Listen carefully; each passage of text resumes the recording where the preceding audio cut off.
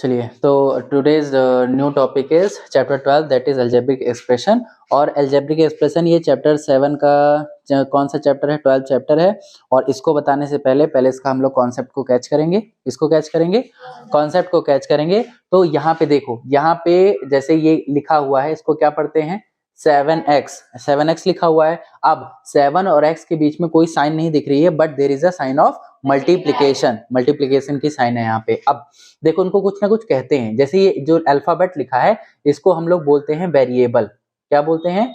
हाँ, वेरिएबल। और इसके साथ कोई नंबर लिखा है तो ये क्या हो गया? ये हो गया, इसको बोलते हैं कोफिशिएंट बोलते हैं। ठीक, कोफिशिएंट बोला जाता है। अच्छा, क्या वेरिएबल सिर्फ x हो सकता है? नहीं, a b c d से लेकर z तक कोई भी लेटर यहाँ पे आ सकता है, वो हो जाएगा आपका वेरिएबल। मतलब तुम अलजेब्रिक एक्सप्रेशन में अगर पढ़ोगे तो यहाँ पे ए से लेकर जेड तक कोई भी अल्फाबेट आपको देखने को मिलेगा। जैसे मान लो तुम्हें मिल गया, आप को भी बता देते हैं, एग्जांपल बताएंगे। और कोफिशिएंट क्या होता है? कोफिशिएंट सिर्फ 7 ही नहीं, होल नंबर, इंटीजर्स, फ्रैक्शन कुछ भी हो सकता है, रूट वाला भी हो सकता है। जैसे ये √3 भी लिखा रहना हो सकता है, और फ्रैक्शन में भी हो सकता है, ठीक है, माइनस में भी हो सकता है, किसी में भी यहाँ पे नंबर्स हो सकते हैं। अब एग्जांपल देखो, जैसे लिखा हुआ है कि 4p लिखा है। क्या लिखा हुआ है? 4p। ठीक, तो ये भी हो गया। p क्या है? p है वेरिएबल, और 4 क्या है? कोफिशिएंट है। समझ में आ गया? अगर हम तुमसे कहें कि p का कोफिशिएंट क्या है तो वो है 4, तो 4 और p हो गया। जैसे लिखा हुआ है √3 और x और y हो गया। एक से ज्यादा वेरिएबल भी हो सकते हैं, समझ रहे हो? एक से ज्यादा भी वेरिएबल हो सकते हैं। तो ये क्या हो गया? √3xy। √3 क्या है? कोफिशिएंट, x और y क्या है? वेरिएबल। इनको और किस तरह लिख सकते हो? √3 मल्टीप्लाई x मल्टीप्लाई y। अलग अलग इस तरह से हो गया। ध्यान रखना, इनके बीच में मल्टीप्लाई की साइन होती है। अगर इनको सेपरेट कर रहे हो तो you have to put the sign of multiplication between them. समझ में आई बात? तो ये होता है। अब देखो, कभी कभी क्या होता है कि कुछ इसमें ऐसे नंबर्स होते हैं, कुछ ऐसे टर्म्स होते हैं कि वो उनके साथ कोई भी वेरिएबल नहीं होता, कोई भी लेटर नहीं होता है। जैसे अगर कहीं पे भी देखोगे -5 लिखा होगा, कहीं देखोगे -1/2 लिखा होगा, कहीं देखोगे 8 लिखा होगा, कहीं देखोगे 0 लिखा होगा। इसके साथ कोई लेटर होगा ही नहीं। जैसे मान लो, ये देखो, अभी तक हमने जितना तुम्हें एग्जाम्पल दिया है यहाँ पे, उसके साथ कोई ना कोई लेटर है। सही बात है। जैसे यहाँ पे लिखा है 5x, यहाँ पे लिखा है 72 और YZM। ये देखो, सबके साथ कोई ना कोई लेटर है। लेकिन कुछ ऐसे टर्म्स भी आएंगे जिसके साथ कोई भी लेटर नहीं होता, तब उसको क्या कहेंगे सर? अगर ये नंबर लेटर के साथ है तब तो इसको कोफिशिएंट कहेंगे और लेटर को वेरिएबल कहेंगे। लेकिन अगर वो अकेला है क्या, तब भी उसको हम कोफिशिएंट कहेंगे? नहीं, तब इसको हम लोग कहते हैं कांस्टेंट। क्या कहते हैं? कांस्टेंट कहते हैं। समझ में आ गया? अगर ये लेटर के साथ नहीं है तो उसको कांस्टेंट कहेंगे, अगर लेटर के साथ है तो कोफिशिएंट कहेंगे, और लेटर को क्या बोलेंगे? वेरिएबल। समझ में आ गई बात? That is the point. और इनको सबको पूरा एक को मिला के बोला जाता है टर्म। क्या बोला जाता है? टर्म बोला जाता है। ये भी ध्यान रखना, टर्म काउंट करना आना चाहिए। क्या देखो, यहाँ पे लिखा हुआ है अलजेब्रिक एक्सप्रेशन। एक्सप्रेशन क्या होते हैं कि जैसे ये सब जो दिख रहा है आपको, ये सब एक्सप्रेशन ही है। और इसमें क्या होता है कि इसमें टर्म्स होते हैं। एक टर्म होता है, 2 टर्म होता है, 3 टर्म होता है, कई ढेर सारे टर्म्स भी होते हैं। जैसे मान लो आपको हम कहते हैं, यहाँ पे लिखा है 7x + 4y - 9z, ये लिखा हुआ है। तो अब बताओ इसमें कितने टर्म हैं? कितने टर्म है? देखो, जो साइन होती है किसी भी चीज की, साइन प्लस या माइनस, मल्टीप्लाई की बात नहीं कर रहे हैं, किसकी साइन? प्लस या माइनस। प्लस या माइनस के अगल और बगल क्या होते हैं? टर्म्स होते हैं। यहाँ पे कितने टर्म हो गए? 1, 2 और 3 हो गए। अच्छा, अगर तुमसे कहें कि यहाँ जैसे 7 ही बार बार हमें याद आ रहा है, मान लो यहाँ पे लिखा है 4p और मल्टीप्लाई 2 और x + 7y। अब बताओ यहाँ कितने टर्म्स हैं? रुक जाओ फिर से। देखो, यहाँ पे 2x हो गया। अब बताओ यहाँ पे कितने टर्म्स हैं? बताइए, 2 हैं कि 3 हैं? 2। चलो, तुम लोग पता नहीं क्या बता रहे हो। अब बताओ, 7m हो गए। अब बताइए कितने टर्म्स हैं? 2 ही हैं। कैसे पता? कैसे पता 2 ही टर्म्स हैं? हाँ, मल्टीप्लाई के अगल बगल टर्म्स नहीं होते, ये सब एक ही में है। समझ में आ गया? ये सब मल्टीप्लाई में है, तो कितना टर्म है? एक टर्म है, और ये आपका दूसरा टर्म है। टर्म काउंट करना आना चाहिए, नहीं तो इसमें कंफ्यूजन होगी। समझ में आ गया? तो ये टर्म्स होता है, कोफिशिएंट हो गया, वेरिएबल हो गया। अगर डिवाइड में हो, डिवाइड के अगल बगल हो तो उसको भी माना जाएगा। हाँ, जैसे मान लो यहाँ पे लिखा हुआ है 5/4x + 7y, इसी तरह कह रहे हो। हाँ, तो ये एक टर्म हो गया पूरा और ये आपका दूसरा टर्म हो गया। ठीक है, समझ में आ गया। हाँ, मल्टीप्लाई और डिवाइड में टर्म्स नहीं होते हैं, ये इसको दूसरा टर्म कहेंगे। लेकिन अब यहाँ पे जैसे लिखा है 5x और डिवाइडेड बाई 7x, ठीक, -2y, तो यहाँ पे कितने टर्म्स हैं? यहाँ पे भी दो ही टर्म्स हैं, एक ये हो गया और दूसरा ये हो गया। समझ में आ गया? इस तरह से टर्म्स होते हैं। चलिए नोट करिए। चलिए अब यहाँ पे देखो, एक हम ट्री बना रहे हैं। यहाँ पे लिखा हुआ है 4x का स्क्वायर -3xy, दिख रहा है ये सबको? 4x स्क्वायर -3xy, ये क्या है? ये इसको बोलते हैं एक्सप्रेशन। एक्सप्रेशन है ना, देखो चैप्टर का नाम क्या है? Algebraic expression. तो इसी को हम लोग क्या बोलते हैं? इसी को हम लोग बोलते हैं एक्सप्रेशन। ठीक, समझ में आ गया। अब इस एक्सप्रेशन में अगर हम बात करें, इस एक्सप्रेशन में कितने टर्म्स हैं? तो इस एक्सप्रेशन में हैं 2 टर्म्स, एक है 4x का स्क्वायर और एक है -3xy। दो टर्म्स है ना यहाँ पे, 4x स्क्वायर और -3xy। इन दोनों को हम लोग क्या बोलते हैं? They are called terms. Okay, the first one was called expression, the second one is called terms. और अब उसके बाद यहाँ पे देखो कि ये और मतलब इनके बीच में किन किन चीजों का मल्टीप्लिकेशन है, कौन कौन सी चीज आपस में मल्टीप्लाई हो रही है। फिर से रिवाइज करा देते हैं कि जो एक्सप्रेशन होता है वो वेरिएबल, ठीक, वेरिएबल और प्लस उसके साथ कांस्टेंट। प्लस क्या मतलब, ये है, यहाँ पे प्लस नहीं लगा होता है। वेरिएबल और कांस्टेंट दोनों को मिलाकर क्या बनता है? एक्सप्रेशन बनता है। वेरिएबल और कांस्टेंट दोनों को मिलाकर क्या बनता है सर? एक्सप्रेशन बनता है। और एक्सप्रेशन में होते हैं ढेर सारे टर्म्स, हो सकता है एक ही टर्म हो सकता है दो हो सकता है दो से ज्यादा हो सकता है। और उन टर्म्स में क्या होता है कि उन टर्म्स में नंबर और वेरिएबल सब आपस में मल्टीप्लाइड होकर लिखे रहते हैं। अब जैसे इसमें अगर तुम देखो तो 4 किसके साथ मल्टीप्लाई है? x के साथ, और x कितने हैं? 2 बार है। अरे यहाँ पे ये x इंटू x जब करोगे तभी तो तुम्हें x स्क्वायर मिलेगा, सही बात है कि नहीं? तो 4 में क्या है? 4 है, x है और x है, और ये तीनों आपस में क्या है? मल्टीप्लाइड। इसमें क्या है सर? -3 है, x है और y है। ठीक, इन सबको हम लोग क्या बोलते हैं? इन सबको हम लोग बोलते हैं फैक्टर्स। क्या बोला जाता है? फैक्टर्स बोला जाता है। समझ में आया? आगे भी जो क्वेश्चंस आएंगे उसमें कहा जाएगा कि फैक्टर्स बताओ, टर्म्स बताओ, एक्सप्रेशन बताओ, तो यही बताना पड़ेगा।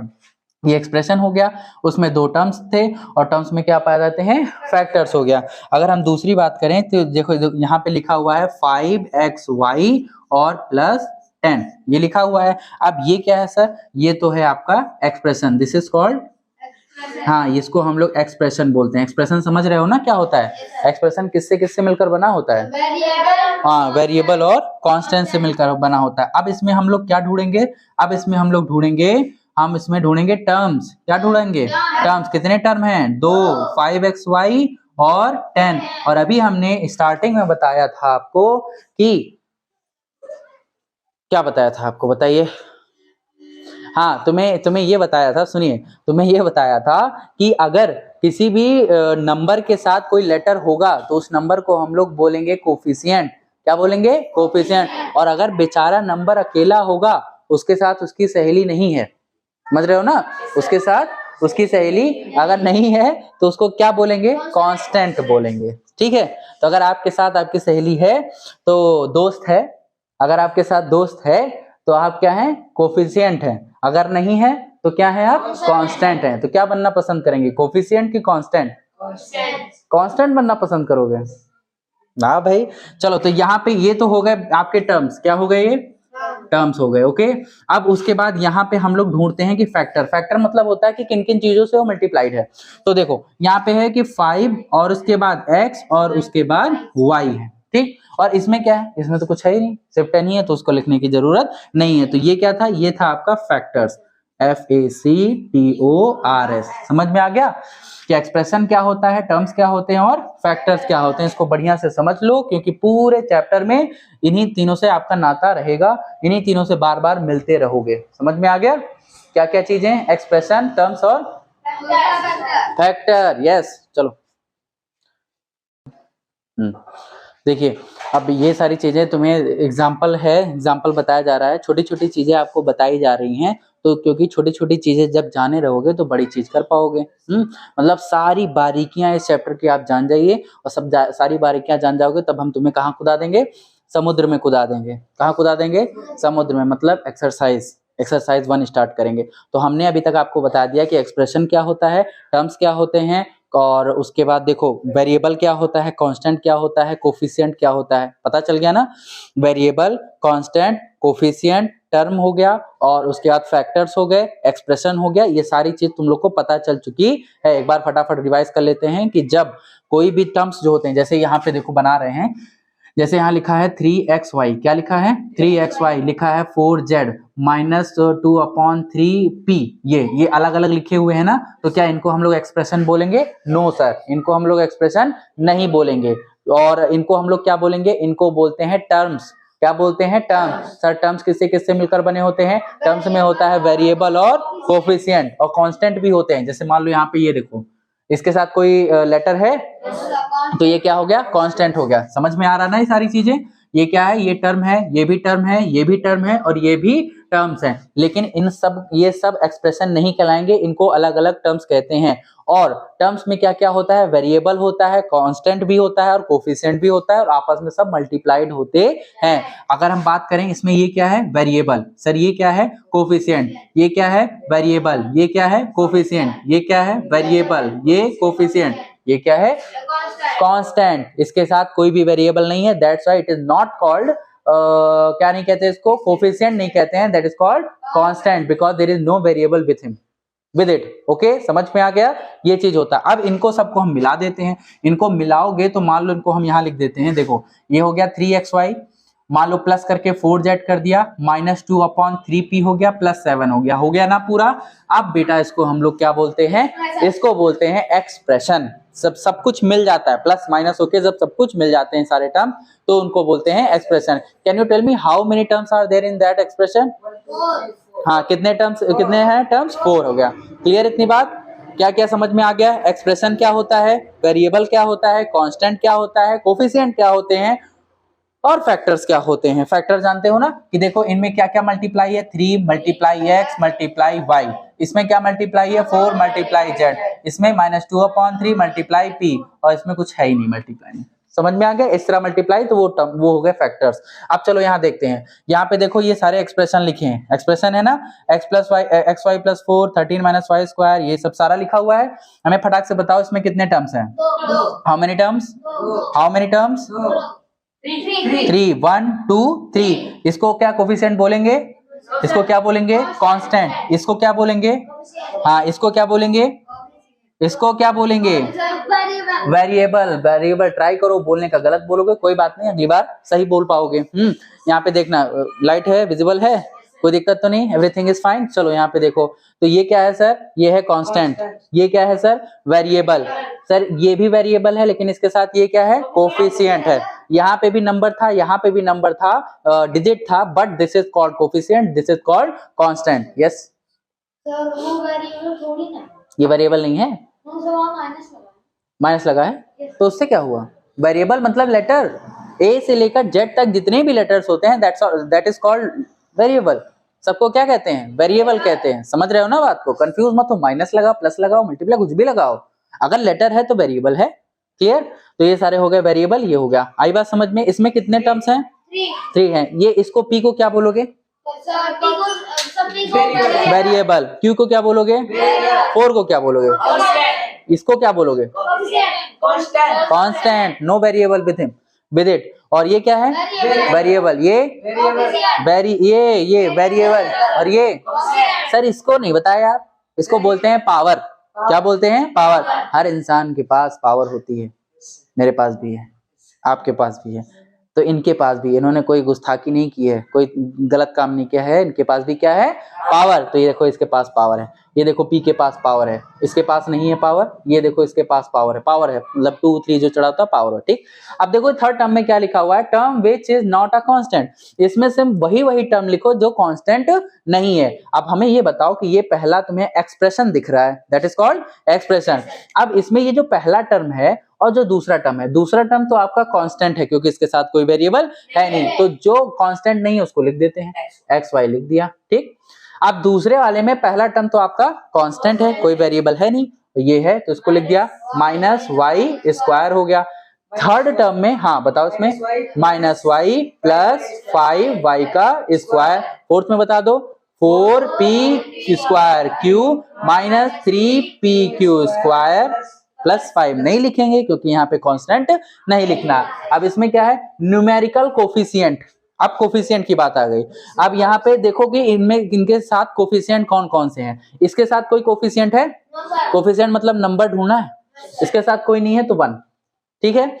इसके साथ कौन है, -1, -1 माइनस लगाया ना, इसके साथ है -1 और उसके दूसरे वाले के साथ क्या है 5 है तो लिख दिया, ठीक। इनके साथ 4 है और -3, 4 हो गया और आपके बाद -3 हो गया। अब तो तुम्हें समझ में आ गया होगा कि कोफिशिएंट कांस्टेंट में क्या डिफरेंस होता है। ये देखो ये सब कोफिशिएंट थे जो इनके साथ जुड़े हुए थे, ये बेचारा कांस्टेंट था, इनको लिखा ही नहीं गया, नामो निशान ही नहीं था। समझ में आ गया, कोफिशिएंट कांस्टेंट का खेल क्लियर हो गया। चलो चलिए, तो अब यहाँ पे देखो सीरियल नंबर हो गया, एक्सप्रेशन हो गया, टर्म विद फैक्टर एक्स और कोफिशिएंट ऑफ एक्स। अब इसमें भी तुम कुछ चीजें थोड़ी सी नई सीखोगे। देखो यहाँ पे ये एक्सप्रेशन लिखा है, how many terms in that expression, how many terms, how many 2 terms हैं। कितने टर्म्स हैं, 2 टर्म। अब यहाँ पे बोला है टर्म विथ फैक्टर एक्स, मतलब ऐसा टर्म लिखो जिसके साथ उसका फैक्टर x भी हो। तो अगर तुम्हें दिख रहा हो कि यहाँ पे 2 टर्म्स है, सर पहले टर्म में x है लेकिन दूसरे टर्म में x नहीं है, तो वो वाला टर्म लिखो जिसके साथ x हो बस, और दूसरे वाले से आपको मतलब नहीं है। क्लियर इतनी बात, नहीं दिख रहा तो वहां पे बैठ जाओ ना।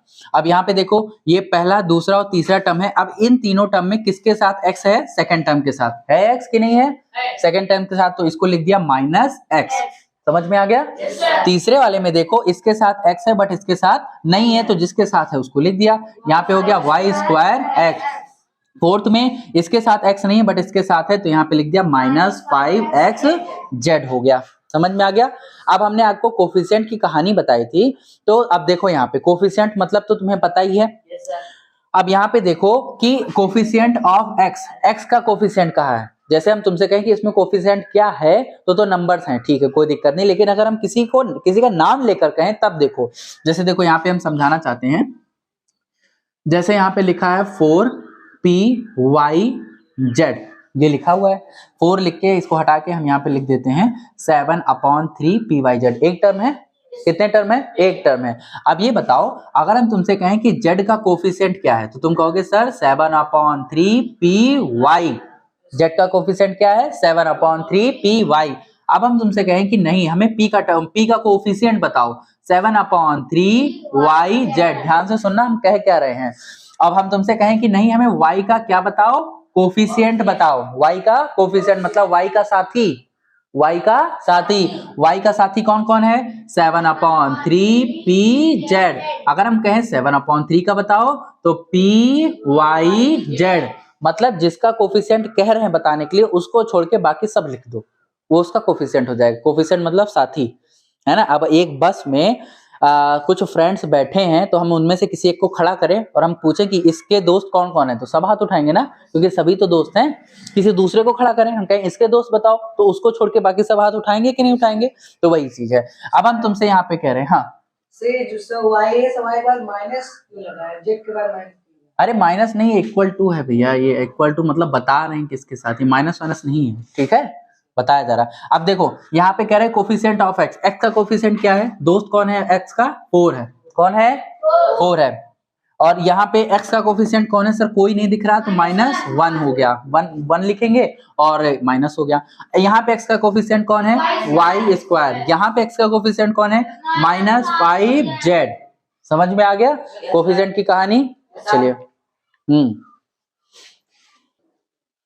चलिए देखिए, अब यहाँ पे कुछ और एक्सप्रेशन दिए हैं, लेकिन अब तुम्हें ऐसे टर्म्स लिखने हैं जिनके साथ कौन जुड़ा होगा, y जुड़ा होगा। तो जरा बताना है इसमें कितने टर्म्स हैं, 2 टर्म्स हैं, तो इनका क्या लिखेंगे, -3y लिखेंगे। यहाँ पे कितने टर्म्स हैं, 2 हैं, लेकिन y किसके साथ जुड़ा है, सेकंड वाले के साथ, yz हो जाएगा। यहाँ पे हो जाएगा yz का स्क्वायर हो जाएगा, यहाँ पे हो जाएगा my। मतलब हम इनमें से वही टर्म चूज कर रहे हैं जिनके साथ y है, फैक्टर क्या है y। अब उसके बाद फैक्टर मतलब जानते हो ना, फैक्टर मतलब होता है कि गुणनखंड बोलते हैं कि मल्टीप्लिकेशन में हो।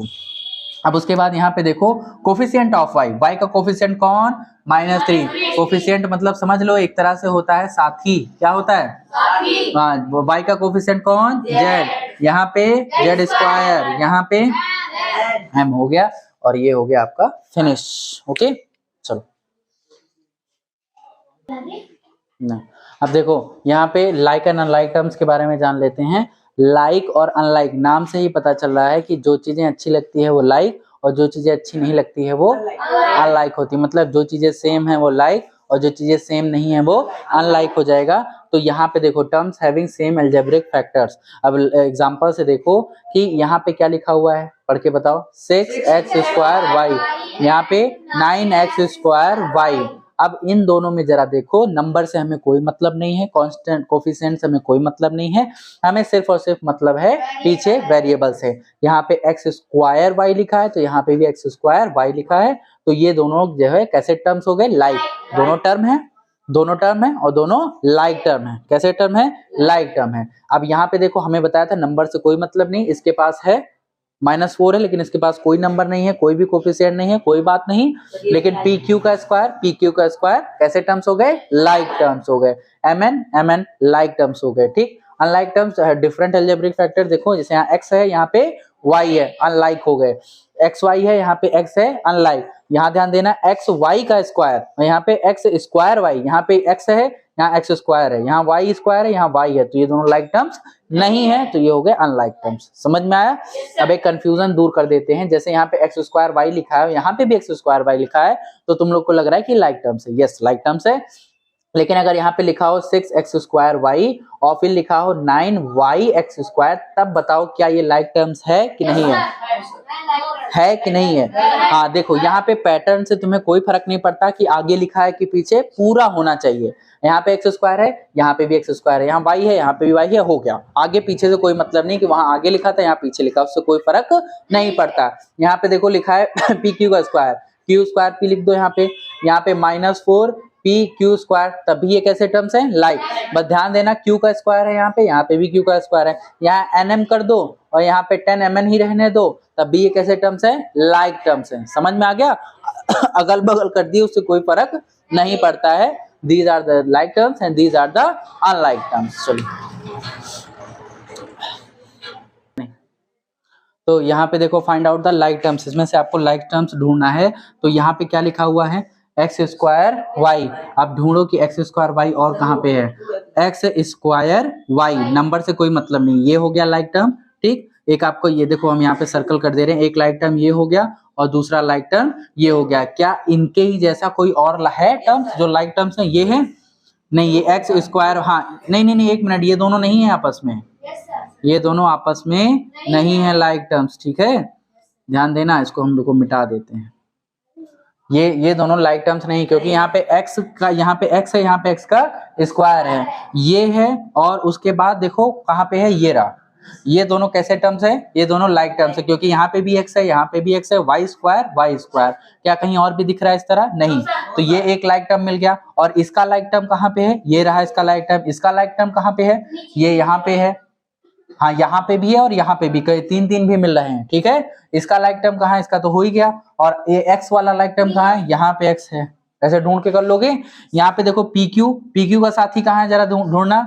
PQ का साथी ये रहा, आगे पीछे है, कोई दिक्कत नहीं है। उसके ऊपर ये रहा, हाँ ये भी है। P वाला साथी कहाँ है, सिर्फ और सिर्फ P लिखा हो उसमें, सिर्फ और सिर्फ P लिखा हो, ये रहा, नहीं कहाँ है, सबसे ये रहा P, ये रहा, है ना। देखो यहाँ पे भी क्या लिखा है, P लिखा है, यहाँ पे भी P लिखा है, और कहाँ पे है, बस। और Q का साथी कहाँ है, ढूंढ के बताना जरा। हाँ ये 100 है Q। और P स्क्वायर Q स्क्वायर का साथी कहाँ है, ये रहा P स्क्वायर Q स्क्वायर। ऐसे ढूंढ के आप लोग को कर लेना। Both are the homework for you.